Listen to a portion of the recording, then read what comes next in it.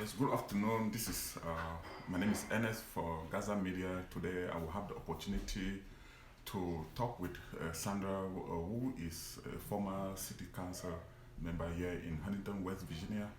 She's a community advocate, and as you know, this is the month of African America, the Black History Month, which is celebrated here in the United States, also in Canada, UK, and Ireland, and we'll have the opportunity to learn about the significance of this month and some of the activity that African America has been able to do since time immemorial.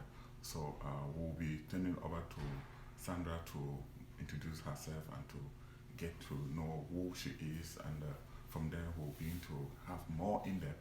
And thank you for tuning in to our GASA Media YouTube channel. If you are new to our channel, please do subscribe, and you listen to this wonderful interview. Thank you. Sandra, yeah, thank you for taking this opportunity to meet me here, GASA Media, here in your office, and I'm happy that you have taken the time to talk to us about the Black History Month. If you wouldn't mind, can you just maybe introduce yourself to our viewers of GASA Media? Sure, I'm Sandra Clements, and I'm a lifelong resident of Huntington, West Virginia. And we're sitting at St. Peter Claver Parish Church, and I grew up across the street. My family moved in the house in 1952. I went to Catholic school here, went on to Catholic school at St. Joseph Central Catholic High School, attended Marshall University, and received a bachelor's degree in counseling and rehabilitation. I have done many, many things in the community. I am a former city council person, serving District 5, which is where we are right here. I've served on many boards of directors. I'm serving currently on Capital Huntington Hospital. I'm serving on the Fire Service Commission, and just busy doing everything. I live by the model that my father set for all of us. I have 5 brothers and sisters, and my father said that if you see something that needs to be done, do it. And so that's exactly what I do. Yeah, thank you for that wonderful introduction, Sandra. Yes, as you know, this is the Black History Month that is celebrated every year in the United States, and even in other countries like the Canada, the UK, and Ireland. If I may just ask you, what is the significance of this History Month? As you know, Carter G. Woodson, many, many years ago, felt that we should have a special time set aside for Black Americans. And so before we had Black History Month, it was Black History Week, Black History Day. And I've always felt that while that is significant, Black History Day, month, year, whatever, month, no more than that, is actually for other people. Black people kind of know their history. But then I found out that Black people don't know their history.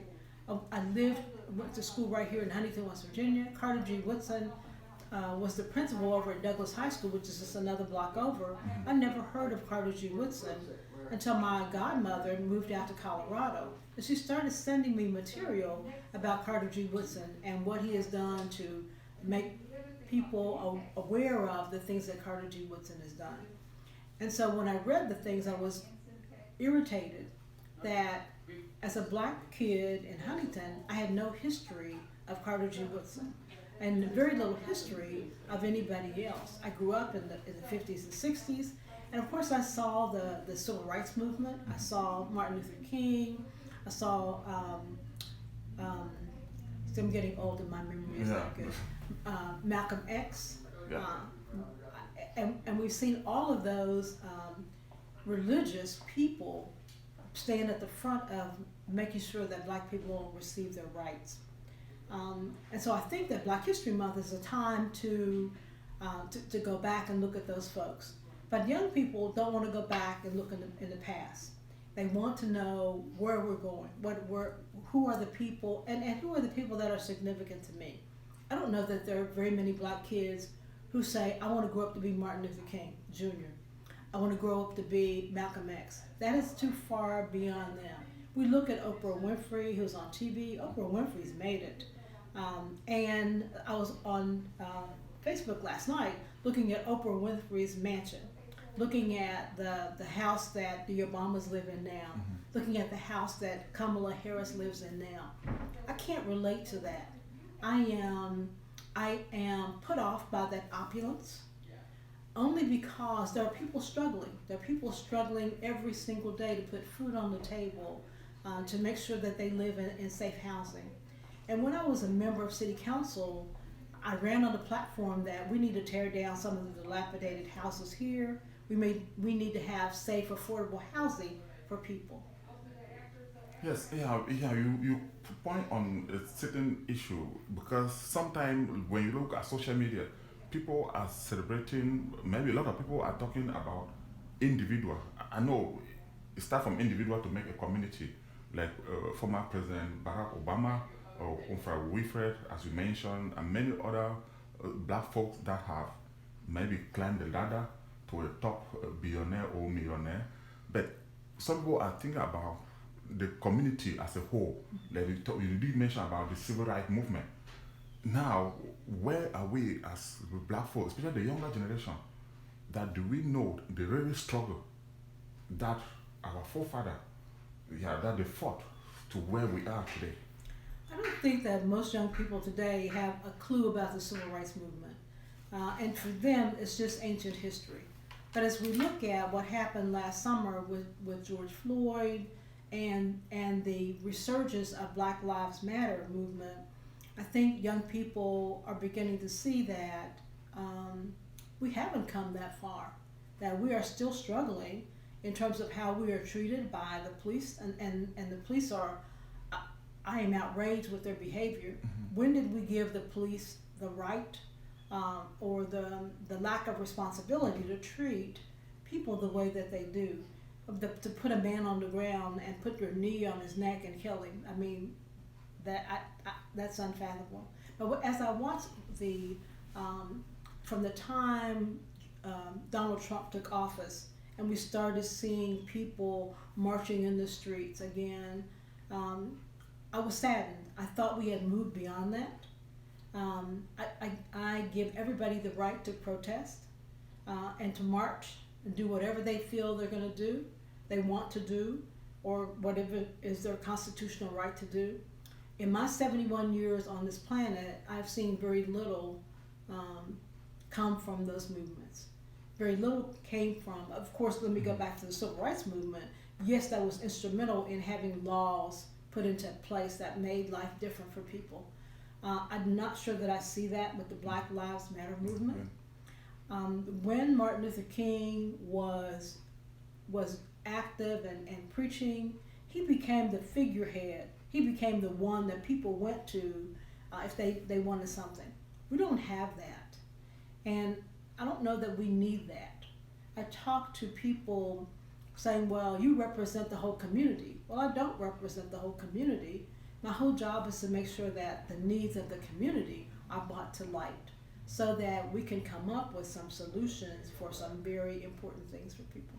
I think what I'm getting from you is, if you look back at during the time of Martin Luther King, the civil rights movement, and what the Black Lives may be doing now, you seem to like, we don't have the true leader, somebody that people will look onto. Is it lack of leadership?